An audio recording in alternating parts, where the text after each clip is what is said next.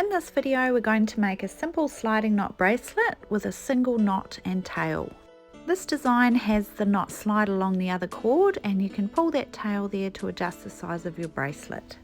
For our bracelet, we're using 50 centimeters of 2mm black satin nylon cord. Now we start by holding our cord with the middle on the left hand side and the tails across to the right. So just holding that little loop on the left, and then we can bring this top cord on the right down over the bottom cord. Bringing it down and around the cord and our finger to create one full loop around, and then again for a second loop as well. So just to the left of the first loop, bring that cord right around our finger to create that second loop. Make sure your little tail finishes up at the back of your bracelet, so just bring it around the back there, and then you can gently remove these two loops off your finger and bend the tail around and poke it down both of those loops, pulling it out the other side, and then you can pull your knot nice and tight.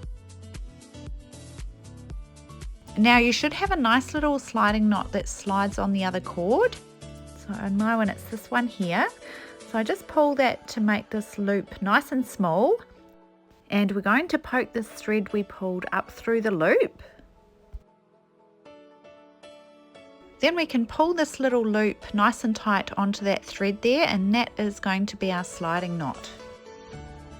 Now we can check the size of our bracelet, so we can extend it with this thread here, pulling it out, and then you can pop it over your wrist as well, just to make sure that your bracelet's going to be big enough. Once you've got the sizing right, then you can tie a little knot there on the end of your cord so that it can't slip inside the knot.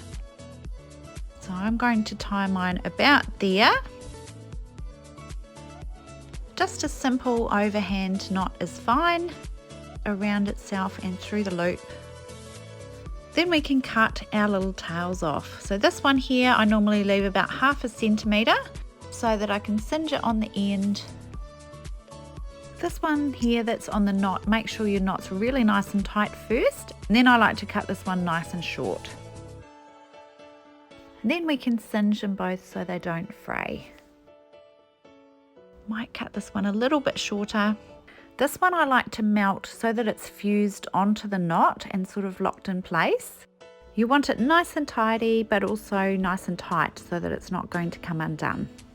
So just give this one a really good melt on the end there, and then push on it with my lighter as well, just to make sure that it's all fused together nice and strong.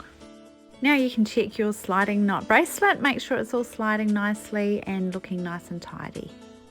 So there's your simple sliding knot bracelet with a single tail.